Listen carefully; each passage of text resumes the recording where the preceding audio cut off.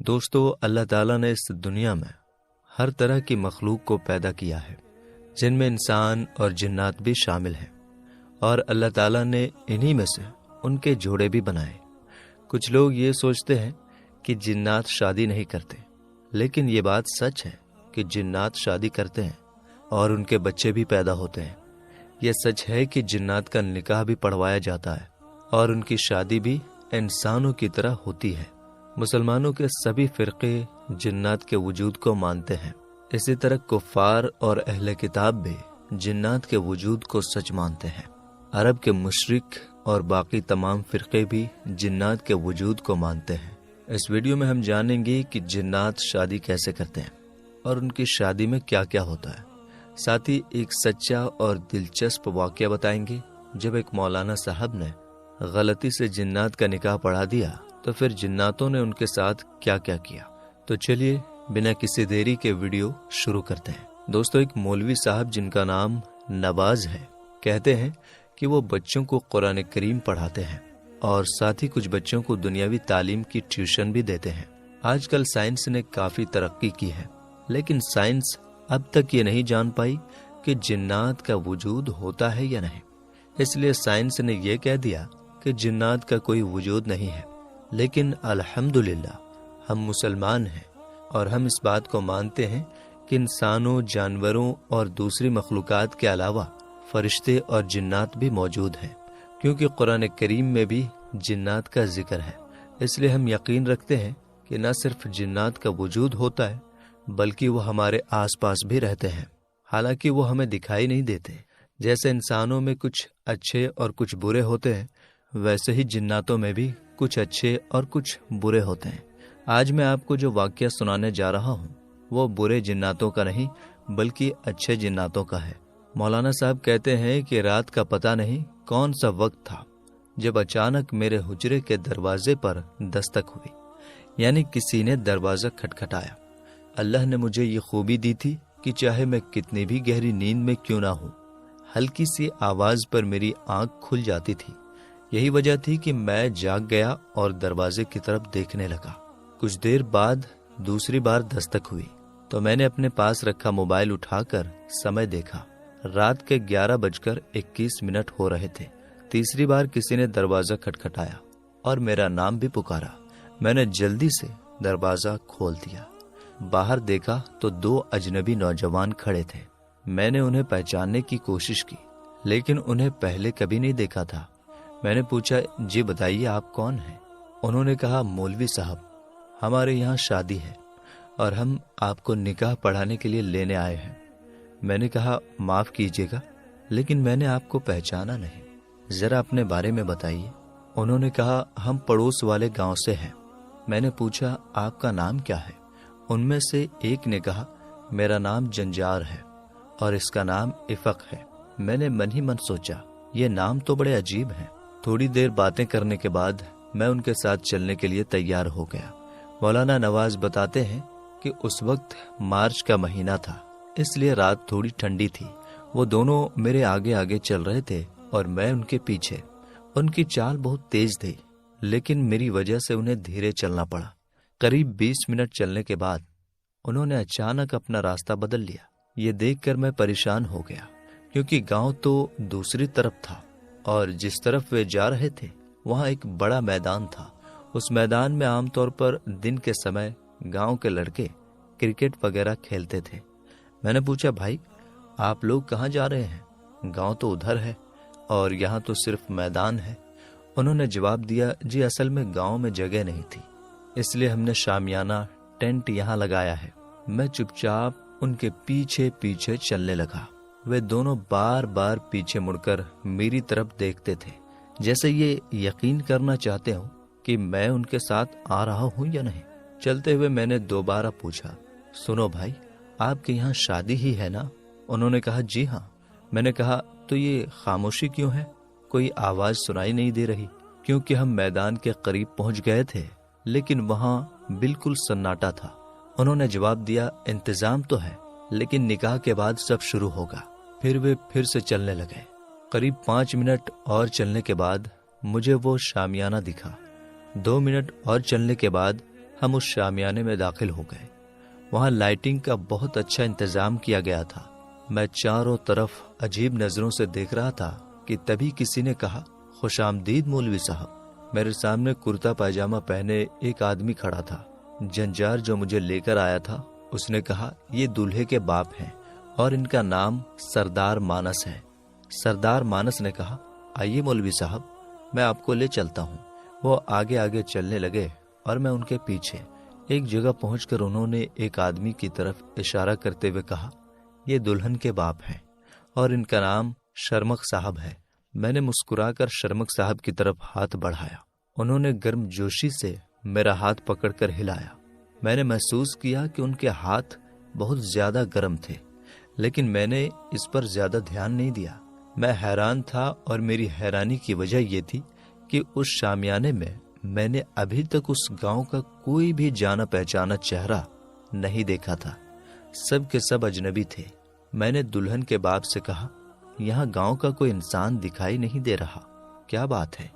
انہوں نے جواب دیا، بس یہی بات آپ کو پریشان کر رہی ہے۔ پھر انہوں نے ایک لڑکے کو بلایا اور اس سے کچھ کہا۔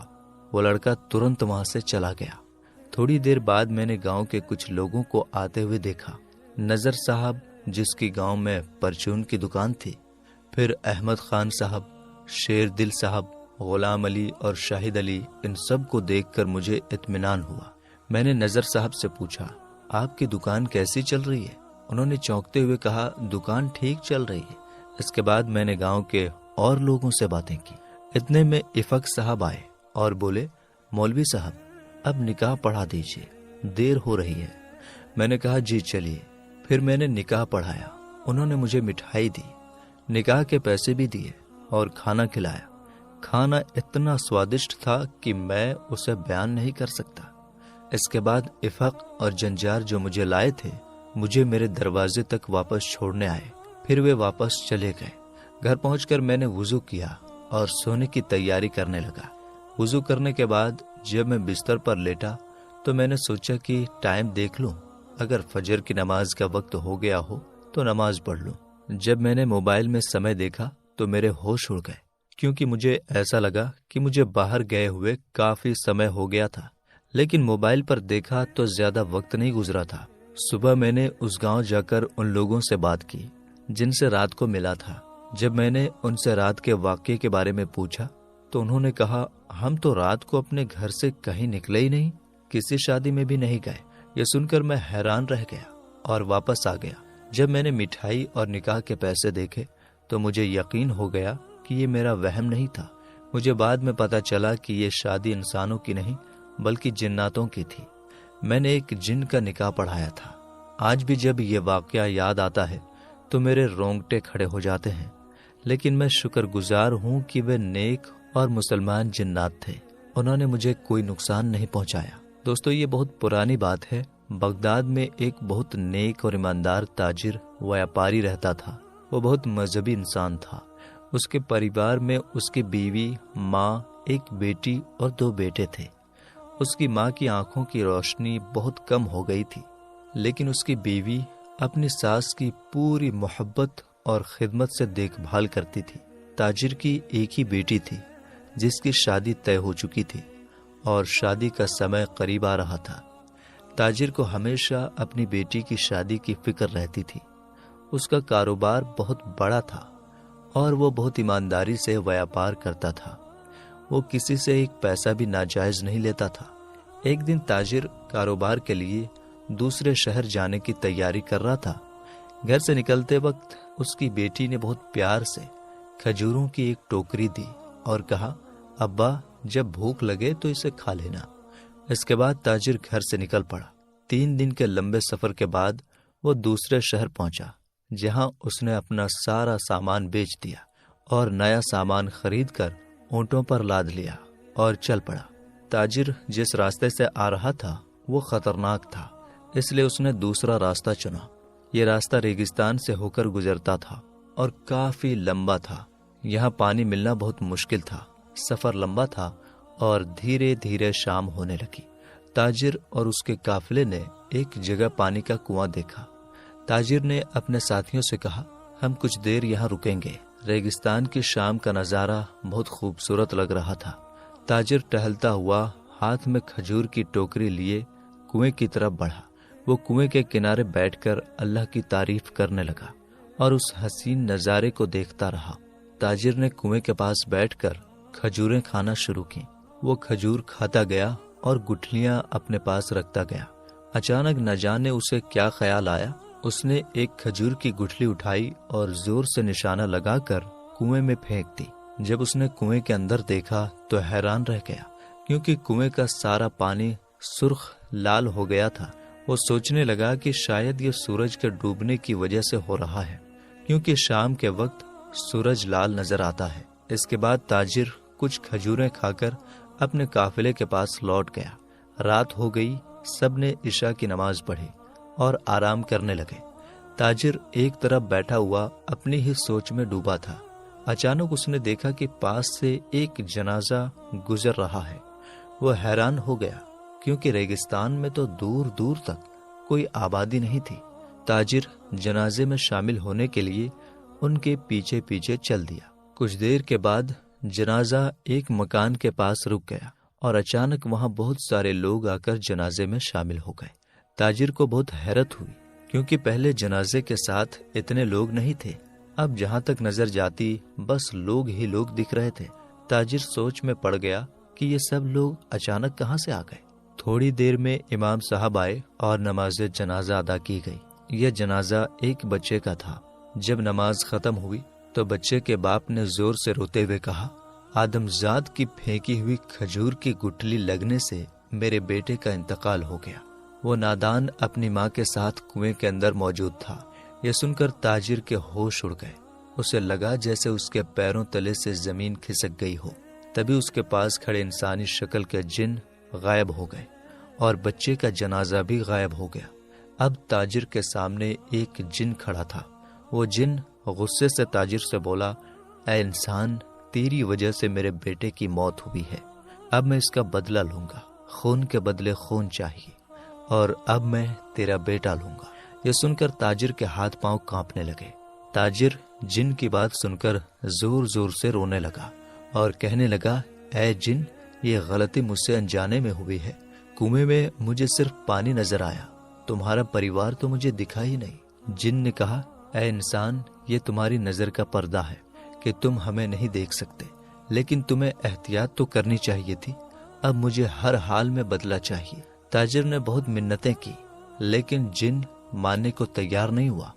آخر تاجر نے کہا، میرے بیٹے کی جگہ میری جان لے لو۔ جن اسے مارنے ہی والا تھا۔ تب تاجر نے کہا، اے جن، میرے پاس لوگوں کی امانتیں ہیں، مجھے تھوڑا وقت دے دے تاکہ میں وہ امانتیں واپس کر دوں اور اپنی بیٹی کی شادی کر لوں، اس کے بعد تم مجھے مار دینا۔ جن غصے میں بھر گیا۔ تاجر نے پھر کہا، اگر تو مجھے مارنا ہی چاہتا ہے تو مار دے، لیکن یاد رکھنا، قیامت کا دن جب مجھ سے امانتوں کا حساب ہوگا، میں تیرا گریبان پکڑوں گا۔ جن یہ سن کر سہم گیا اور بولا، ٹھیک ہے، میں تجھے 40 دن کی مہلت دیتا ہوں۔ 40ویں دن شام کو اسی کنویں پر آ جانا، ورنہ میں تیرے پریوار میں سے کسی کی بھی جان لے لوں گا۔ تاجر نے قسم کھائی اور جن سے وعدہ کیا۔ جن نے اسے جانے دیا۔ جب تاجر بدحواس حالت میں قافلے میں واپس پہنچا تو قافلے والے بولے، جناب، آپ کہاں چلے گئے تھے؟ ہم نے آپ کو آوازیں دی، لیکن آپ اکیلے ہی چلے جا رہے تھے۔ تاجر نے کوئی جواب نہیں دیا اور چپ چاپ رہا۔ اگلے دن تاجر قافلے کے ساتھ اپنے شہر کی اور روانہ ہو گیا۔ جب وہ گھر پہنچا تو جن سے وعدہ کیے ہوئے 10 دن بیت چکے تھے۔ تاجر اندر ہی اندر بہت پریشان تھا اور خون کے آنسو رو رہا تھا۔ اس نے اپنے پریوار اور ماں سے گلے لگ کر بہت رویا۔ اس کے اس رویے سے گھر والے حیران تھے۔ وہ سوچنے لگے، یہ پہلے بھی تجارت کے لیے گیا تھا، لیکن اس بار اس کا حال ایسا ہے جیسے ہم سے ہمیشہ کے لیے بچھڑنے والا ہو۔ ایک دن تاجر قبرستان کے پاس سے گزر رہا تھا۔ اس نے یہاں ایک صوفی بزرگ کو اللہ کا نام لیتے ہوئے دیکھا۔ تاجر ان کے پاس جا کر بیٹھ گیا اور زور زور سے رونے لگا۔ صوفی بزرگ نے کہا، بیٹا، جس ڈر میں تو پھنسا ہے اسے اپنے دل سے نکال دے۔ موت کا خوف انسان کو جیتے جی مار دیتا ہے۔ موت تو ہر انسان کی اٹل حقیقت ہے۔ موت ایک دن سب کو آنی ہے انہوں نے کہا اپنے آس پاس قبروں کو دیکھ، یہ تجھے سکھائیں گی کہ یہ دنیا دل لگانے کی جگہ نہیں ہے۔ رونے کے بجائے اپنی تیاری کر اور اس اصلی دنیا کے سفر کے لیے سامان جٹا لے۔ تاجر نے درویش سے پوچھا، بابا میں اپنی موت کے لیے کیسے تیاری کروں؟ درویش نے جواب دیا، تجھے اپنے ساتھ بھلائی، نیکی، محبت، انسانیت، دوسروں کی مدد اور سچائی، ایمان لے کر جانا چاہیے۔ سب سے پہلے اپنے گناہوں سے توبہ کر لے۔ اگر تیرے پاس کسی کی امانت یا قرض ہے تو اسے لوٹا دے۔ اگر تو نے کسی کا دل دکھایا ہے تو معافی مانگ لے، اور اگر کسی نے تجھ پر ظلم کیا ہے تو اسے معاف کر دے۔ اگر تیرے ماں باپ زندہ ہیں تو ان کی خدمت کر۔ اگر تیرے بیوی بچے ہیں تو ان کا بھی خیال رکھ اور اپنی بیٹی کی شادی کر دے۔ اگر تو دولت مند ہے تو زکوٰۃ دے اور ضرورت مندوں کی مدد کر۔ پہلے اپنے گھر والوں کا حق ادا کر، پھر اپنے رشتہ داروں کا، اور اس کے بعد اپنے پڑوسیوں اور یتیم بے سہارا لوگوں کی مدد کر۔ درویش نے آخری ہدایت دی، اپنے دل کے راز اپنے پریوار کو بتا دینا۔ راز کبھی مت چھپانا، ورنہ قبر میں ایک دن خود ہی چھپ جائے گا۔ تاجر وہاں سے واپس آیا اور اپنی بیٹی کی شادی کر دی۔ اس نے درویش کی باتوں پر عمل کیا۔ جب 40 دن پورے ہونے میں صرف 8 دن بچے تھے تو اس نے اپنی بیوی اور بچوں کو سارا سچ بتا دیا۔ اس نے جن کے بچے کی موت کا پورا واقعہ سنایا۔ یہ سن کر گھر میں کوہرام مچ گیا۔ گھر والے اسے روکنے لگے، لیکن تاجر نے کہا، اگر میں نہ گیا تو میں نے اپنے پروردگار کی جو قسم کھائی ہے اس کا کیا ہوگا؟ مجھے جانا ہی ہوگا۔ تاجر نے گھر والوں سے آخری بار گلے مل کر ودا لی اور 40ویں دن شام کو اس کنویں پر پہنچ گیا۔ ٹھیک اسی وقت جن وہاں آ گیا۔ تاجر نے کہا، اے جن، میں اپنے وعدے کے مطابق یہاں آ گیا ہوں۔ تیرا شکریہ کہ تو نے مجھے 40 دن کی مہلت دی۔ میں نے اپنی ذمہ داریاں پوری کر دیں، امانتیں لوٹا دیں اور اپنی بیٹی کی شادی بھی کر دی۔ اب میں اپنے انجام کے لیے تیار ہوں۔ جن نے تاجر کی باتیں سنی اور کہا، اے انسان، تو نے اپنی ایمانداری سے اپنا وعدہ پورا کیا۔ تو چاہتا تو بھاگ سکتا تھا، لیکن تو نے ایسا نہیں کیا۔ میں اسی اللہ کو مانتا ہوں جسے تو مانتا ہے۔ میں تجھے معاف کرتا ہوں اور میری سزا سے تجھے بری کرتا ہوں۔ اب تو اپنے گھر لوٹ جا۔ تاجر خوشی خوشی اپنے گھر لوٹ آیا۔ دوستو، یہ کہانی ہمیں یہ سکھاتی ہے کہ سچائی، ایمانداری اور اپنی ذمہ داریوں کو نبھانے سے ہر مشکل حل ہو سکتی ہے۔ اگر یہ کہانی آپ کو پسند آئی ہو تو ہمیں ضرور بتائیں اور اسے اپنے دوستوں کے ساتھ شیئر کریں۔